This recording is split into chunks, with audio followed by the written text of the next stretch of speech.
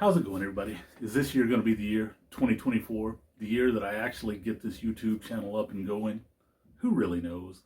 But one thing I will say is that I am participating in the Frugal Film Project in 2024. And quite frankly, I started doing it last year, but I had some camera shutter failure and stuff, so I ended up not finishing. I decided I was going to change to a different camera, and after that, I just wasn't really feeling it, so I just kind of abandoned it altogether. So this year, I'm going a little bit of a different direction, because last year I was going with a SLR, and it was my mom's old Canon AE1, and it had some shutter failure, it just wasn't functioning properly. So I just kind of, I still have it. I actually did repair it. So I did repair it. It is working now. But, I didn't want to use it this year because it's too unreliable. I've actually had to repair that camera 3 times or 4 times in the last couple of years. So it's just not too reliable. So anyway, so what I did do is this year I'm going with this beauty right here. Kodak Brownie Hawkeye. This was my grandmother's camera. And basically it shoots 620 film, but 620 film is the same as 120 film. The only difference is the spool. And I have one spool here, so what I do is I just modify my 120 spools, and this is my take-up spool. So anyway, and yeah, so I went out the other day, shot my first roll, which was Kentmere 100. And how I did that was, it was a really overcast, cloudy day.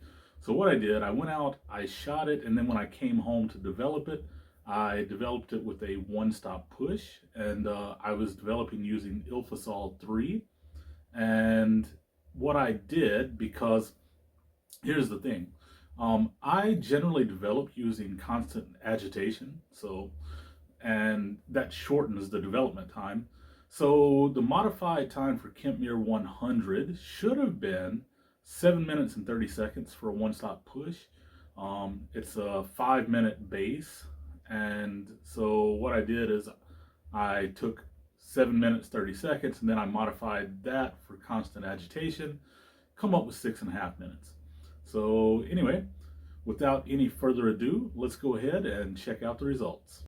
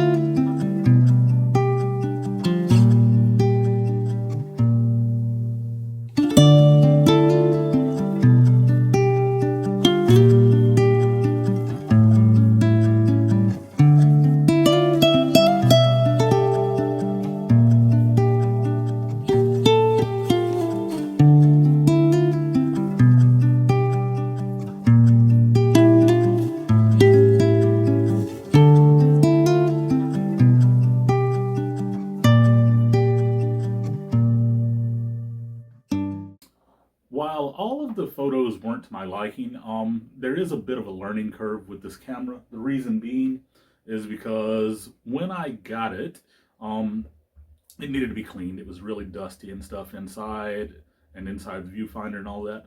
So I ended up taking it apart and cleaning everything out. And when I was putting the viewfinder back in, the mirror slid, it got out of position. And as a result, it doesn't actually line up in the viewfinder, it's kind of off.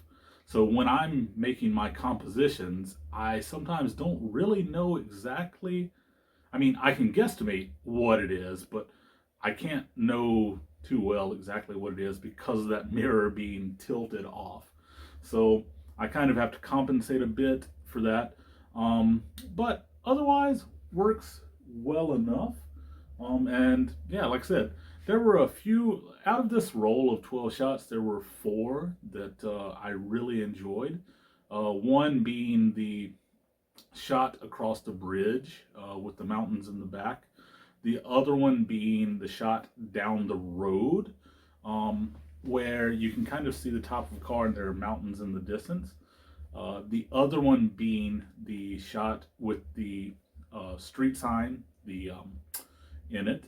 And then the last one that I really enjoyed is the one that has the barn and the fields in it. So those were my four favorites from the roll.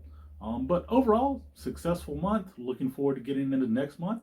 And by the way, please leave a like, comment, subscribe, and all of that good stuff. See you next time. Thanks.